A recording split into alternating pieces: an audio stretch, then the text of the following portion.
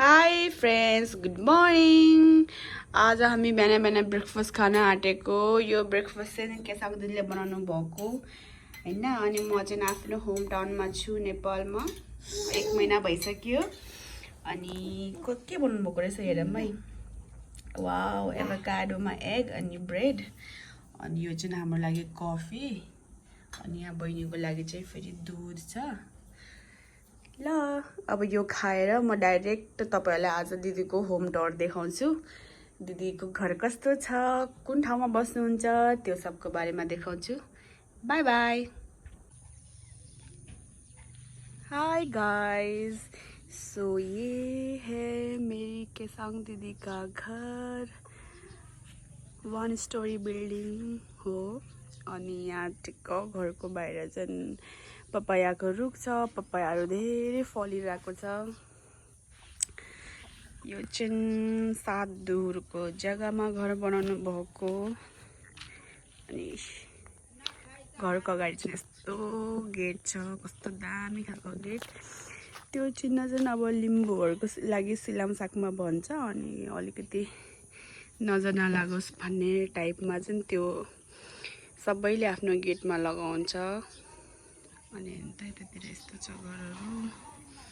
यहाँ बिरालो खेलिरहेको छ। यहाँ पनि अरू घर पनि छ, तर खासै धेरै घर छैन। So let's go. यो चाहिँ अब गेट हो, खुल्लै छ हैन। घरको एन्टर गर्नु बित्तिकै यस्तो देखिन्छ। यो घरको फेन्सिङ चाहिँ यसरी गर्नुभएको छ, यो तार लगाएर यो भयो। अनि फेरि यहाँ चाहिँ फेरि यस्तो पोल जस्तो छ हैन, रिङ्गै लगाउनु भएको छ यो सबै एन्डसम्म पर। अनि यहाँ चाहिँ दिदीको छोरा बनाड। हेलो, हाई गर्नु हैन। अनि यहाँ चाहिँ बाहिर अलिकति लन जस्तो छ भनौँ। यहाँनिर चाइनिज दुबो छ अनि एउटा धुपी छ। दिदीको गार्डनमा चाहिँ अब यही हो, गार्डन भनौँ। गमलाहरू पनि यति नै छ हैन। स्नेक प्लान्ट भयो। अनि फेरि यो चाहिँ फेरि अब स्नेक प्लान्ट क्या मजाले फैलेको छ। अनि यो चाहिँ अर्को खालको स्नेक प्लान्ट। अनि यसलाई भन्छ जिजी। जिजी पनि 2टा गमलामा मजाले फैलिरहेको छ। यहाँ पनि मुनि पुरा सिमेन्टेड लाउनु भएको छ हैन। अब पछि पानी पर्दाखेरि पानी जम्दैन, अनि त्यही भएर सजिलो छ। यो हो 1 स्टोरी बिल्डिङ हैन। अनि अब यहाँ सबै के ग्रो गर्नुहुन्छ। यहाँनिर दिदीले त्यति करेला रोपिराख्नु भएको छ, पछि फल्छ होला। यो चाहिँ फेरि अब घिरौला पनि यहाँ कस्तो मजाले फलिरहेको छ सानो। सो अब भित्रको टुर दिन्छु तपाईहरुलाई। बनावट अब हेर्नुहुन्छ, यसरी काम गरेको छ घरमा। यो चाहिँ ड्राइङ रुम हो हैन। अब म तपाईलाई भित्र देखाउँछु। यो चाहिँ बनाटको साइकल। यो पनि अर्को रुमको झ्यालमा चाहिँ यस्तो खालको लाउँदाखेरि चाहिँ सफा गर्नु सजिलो हुन्छ भनेर नै हो। अब यो सिसाहरू मजाले सफा हुन्छ हैन। अनि फेरि यो मजाले स्लाइड पनि गर्छ बन्द हुनुको लागि। अब काठ अनि सिसा लाउँदाखेरि चाहिँ काठ पनि पुरानो भइजाने। अनि त्यही भएर चाहिँ अहिले यो खुब चलेको छ। अब हामी जान्छौँ ल भित्र। अब भित्र जाँदाखेरि चाहिँ सबभन्दा हाम्रो लेफ्ट साइडमा भित्र एन्टर गर्नु बित्तिकै ड्राइङ रुम छ। यो चाहिँ फेरि ढोका अब नर्मल। अनि ड्राइङ रुम छ। ड्राइङ रुममा यस्तो छ सामानहरू। सोफा भयो हैन, एउटा सोफा राख्नु भएको छ। अनि पंखामा चाहिँ यस्तो छ, पंखा सफा छ। अनि छेउछाउमा यस्तो डिजाइन छ हैन। अनि यहाँ चाहिँ दिदी बसेर मुकब्याङ भिडियोज बनाउनुहुन्छ। हाम्रो दिदीको पनि युट्युब च्यानल अर्कै छ। खासै ड्राइङ रुममा केही छैन। अब टिभीहरू सेट गर्नुहुन्छ होला अलि पछि हैन। अनि यो वाल राख्नु भएको छ। यस मलाई यो फ्यानको माथिको डिजाइन चाहिँ एकदमै मन पर्छ। जहिले पनि म आउँछु, जहिले पनि यहाँ म तारिफ गरिराख्छु। अनि यहाँनिर चाहिँ एउटा उयो प्लान्ट राख्नु भएको छ कर्नरमा स्पेसियस छ अलिकति अब छेउछेउमा केही घर बनेको छैन त एकदम खुल्ला एकदम राम्रो देखिन्छ यी बाहिरबाट चाहिँ अब यस्तो देखिन्छ हैन दामी छ भ्यू अब चाहिँ सिटिङ रुमबाट हामी जान्छौँ यहाँ कार्पेट बिछाउनु भएको छ सिटिङ रुमबाट हाम्रो लेफ्ट साइड जाँदाखेरि एउटा रुम छ यो चाहिँ हाम्रो भेनाको बहिनीको रुम हो उहाँ चाहिँ अहिले घर जानुभएको छ अब यो रुम यस्तो छ यसमा पनि पंखा छ हैन जस स्पेसको फुल युटिलाइज भएको छ यो घरमा यो घरमा पनि ठिकठाक एउटा बेड सिंगल बेड तर त्यहाँ दुईजना पनि सुत्न सक्छ अनि फेरि आफ्नो त्यो ब्याग्सहरु राख्नेको लागि एउटा अनि फेरि त्यहाँ जुत्ता राख्नु भएको छ हैन अनि एउटा टेबल पनि आँटेको छ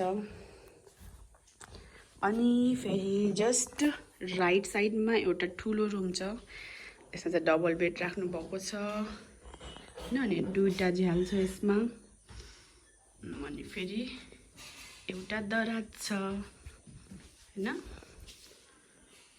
त्यही भएर चाहिँ चेयर छ हेलमेट पनि छ अनि रुमको डोर चाहिँ यस्तो खालको छ पंखामा चाहिँ यसको पंखाको माथि चाहिँ डिजाइन छ हैन खाली त्यो सिटिङ रुममा मात्र डिजाइन राख्नु भएको हो त हेर्नु है स्पेसियस छ एकदम सनलाइट कस्तो मजाले आउँछ अनि फेरि जस्ट उसको नेक्स्टमा चाहिँ दिदी र भेनाको रुम मास्टर बेडरुम भनौँ न बाइ नाट हेलो दिदी र भेनाको छोरा अनि यसमा चाहिँ कुलर राख्नु भएको छ हैन यो चाहिँ यहाँ पनि अलि गर्मी एरिया भएर चाहिँ यो कुलर राख्नु भएको हो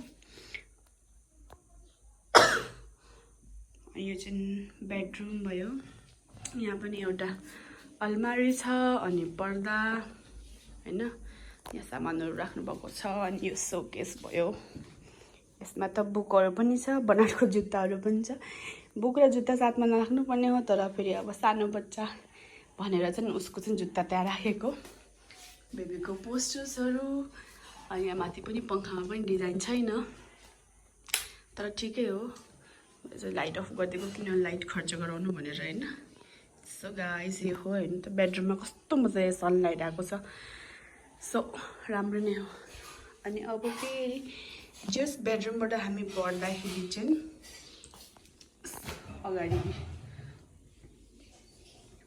सिंक छ यसमा अब फेस वास गर्न सक्नुहुन्छ ब्रशहरु गर्ने भए युज हुन्छ हैन मजाले युज भएको छ अनि जस्ट लेफ्ट साइडमा चाहिँ वाशरूम छ वाशरूमको डोर चाहिँ यस्तो छ हैन यस्तो छ वाशरूम यसमा अब शावर भयो हैन अनि जुन नर्मल वाशरूम हुन्छ सिडीको मुनि त्यो भयो त्यो छ अनि यहाँ दिदीहरुले आफ्नो सामान राख्नु भएको छ सिडीको मुनि अब हामी माथि जाऊँ ल छतमा यो सिडी छ है So let's go up. जाना एउटा प्लान्ट छ यहाँ शू र्याक भयो जुत्ता छ बाबरे बाब फेभरेट त्यसैमा गिफ्टहरु मिलेको बिहेमा गिफ्टहरु मिलेको बर्थडेजमा गिफ्टहरु मिलेको यहाँ मजाले कासाको थाल बटुको सबै अरेन्ज गरेर राख्नु भएको छ अब हामी चाहिँ सामानहरु नर्मल जस्ट माथि पुग्दै फ्रन्टमा चाहिँ किचन छ अब किचनमा नर्मल किचन टेबल अनि एउटा फ्रिज अनि फेरि बनारको त्यहाँ खाना पाक्दैछ ग्यास स्टोभ भयो मिनरल वाटर सरी मैले के भने फिल्टर एन्ड देन फेरि अब यो भाँडाकुँडा राख्ने सामान हैन अनि यो चाहिँ फेरि मेन चीज विन्डोको यस्तो छ अनि माथि चाहिँ यहाँ यस्तो टिन लगाउनु भएको छ पंखा पनि छ हैन अब धेरै चीजहरु राम्रो छ मतलब जो कमन हुनपर्छ सबैको घरमा जस्तो छ त्यस्तै खालको छ सो यस्तै छ हाम्रो दिदीको किचन अब हामी चाहिँ बाहिर जाने बाहिरबाट चाहिँ भ्यू एकदम खास छ सो अब बाहिर निस्किनु बित्तिकै चाहिँ यस्तो छ दिदीहरूले ट्याङ्की अब पानी आउँछ माथि चढाउनु पर्छ त ट्याङ्की दुईटा छ अनि दिदीको यो गार्डन खोर्सानी रोप्नु भएको छ अनि भ्यू हेर्नु न यहाँ भ्यू कति दामी के कति खुल्ला होइन यस्तो छ भ्यू यहाँनिर एकदम बवाल भ्यू छ है यहाँ हाम्रो दिदी पनि कपडा धुँदै हुनुहुन्छ एकदम दिदी हाई भन्नु हेलो अनि यस्तो छ है पहाड मतलब पहाड़ सामने सो क्या चाहिए मतलब कितना सही लगता है एकदम ओपन पहाडमा हैन बस्दाखेरि यी हाम्रो दिदीको खोर्सानी पनि फलेको छ यो चाहिँ हामीले यसलाई नेपालीमा चाहिँ डल्ले खोर्सानी भन्छौँ तर यो अब इंग्लिशमा ट्रान्सलेट गर्दाखेरि चाहिँ किङ चिली रहेछ यो अब कस्तो पिरो हुन्छ मिठो हुन्छ तर खाना चाहिँ पचाउँछ सो यस्तो छ भ्यू अब मेरो दिदीको घरको बाहिर अनि अब गार्डन पनि धेरै छ यस्तो फुलहरू राख्नु भएको छ छेउछेउमा हैन पपाया पनि त्यहाँ फल्दै छ सो हेर्नु त यी कति धेरै फलेको छ खोर्सानीहरू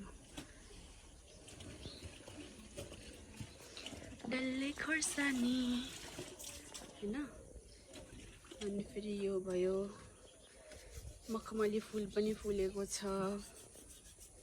अनि यहाँ हेर्नु त गुलाबको फुल पनि पपाया पनि बेसरी पाकेको छ यहाँ एउटा घर छ यहाँ पनि एउटा घर छ उताबाट पनि घर छ अनि उता सेतो देख्नु भएको छ नि त्यो चाहिँ फेरि नदी हो हैन अब गाईहरू पनि चढ्दैछ सो ब्युटिफुल लोकेसनमा चाहिँ दिदीको ओपन लोकेसनमा घर छ हैन त्यही भएर चाहिँ मनपर्छ मलाई पनि दिदीको घर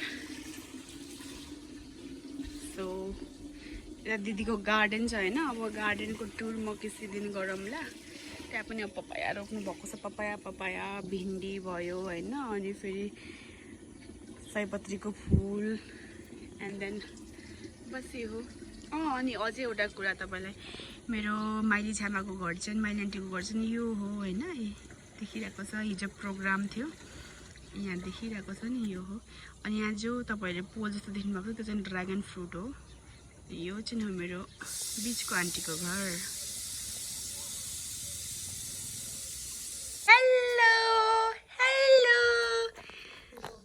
सो फ्रेन्ड्स अब चाहिँ म भिडियो एन्ड गर्छु हैन अनि फेरि अब जानुपर्ने छ खाना बोलाउनु भएको छ माइली आन्टीले अनि गएर फेरि के हुन्छ हैन त्यही भएर त्यो चाहिँ म भ्लग कन्टिन्यू गर्दिनँ अब यहाँ म भ्लग एन्ड गर्छु नानी बाई बाई भन्नु बाई बाई टाटा